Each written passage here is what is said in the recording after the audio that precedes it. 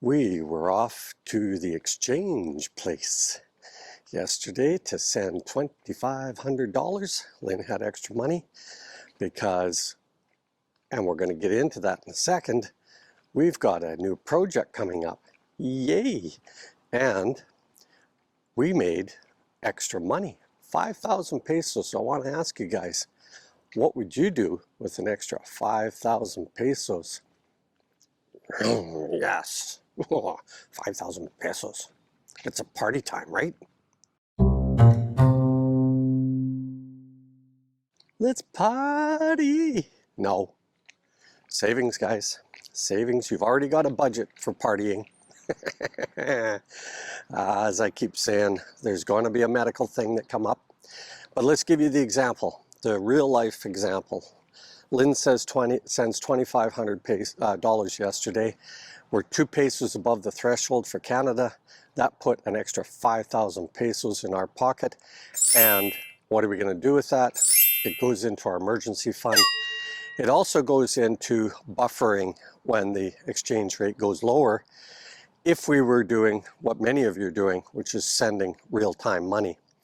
Got to get ahead, guys. I got to ask you, what would you do with that 5,000 pesos? For us, that's our rent in Angeles every month. Our rate has not gone up. We've been lucky. They haven't increased it at all. For other reasons, they haven't increased it. And so we are happy campers on all of that. If nothing else, hospitalization. If nothing else, an emergency flight home. You got to have buffer in the Philippines. That's just the nature of it. Pensions are flatlined. Your living in the Philippines is pretty much flatlined. Everybody in the world has inflation. I'm not talking about that. But your pension or your exchange rate goes like this, and you have to capitalize on it. And we've had more than a year now of great opportunity to be buffering ahead and building up that medical plan in a bank account, so it can be done for many other things. If you're single, I'm all in for this whole insurance thing, guys. No problem at all. Just make sure that your local hospital takes that insurance. Not all of them do, okay? This project, here we go. I'm going to show you a picture right off the bat. What do you think of that one? Anyway, it's a recently acquired piece of property that has a home on it already, an interfamily exchange, as it were. And so we are going to go in and get that cleaned up. Early July, August timeframe, we'll hire some of the family to go in and clean up all of the brush and everything, and get a better sense of what's going on. My biggest concern is seeing on the inside, you know, have people been piling up their garbage in there? What's going on? They couldn't even get close enough to the house. So we're going to get that cleaned up. From a cursory look at it, we have a budget for paint. We'll get that all in, but I want to get a good look at that floor, and for sure that roof has got to get ripped off.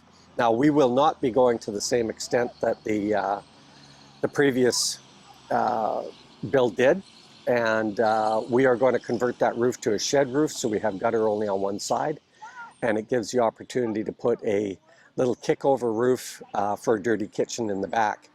So that's what our plans are, because too often these roofs are too high to properly put a dirty kitchen in. So if we have a higher flat wall on the back, which will mean we'll have to do a little bit of hollow block infill, and then we can put a lower canopy type awning, or well, not awning, don't want it burning up, but so that the dirty kitchen can go in the back. Can't see that floor yet, don't know what's going to be involved there, but I'm anticipating probably having to retile it. If we have to shave up the tiles, I want to get a good look at the floor. Maybe we're just going to polish it. I really want to get a polishing project in where it's a little bit more Filipino grinding, okay?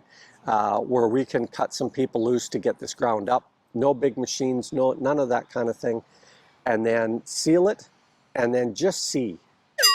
Do I care whether there's little undulations and stuff? No, okay?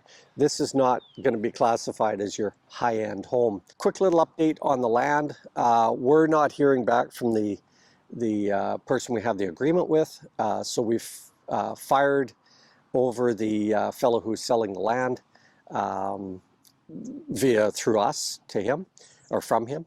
and get him to find out what's going on, because we do have legal documentation in place.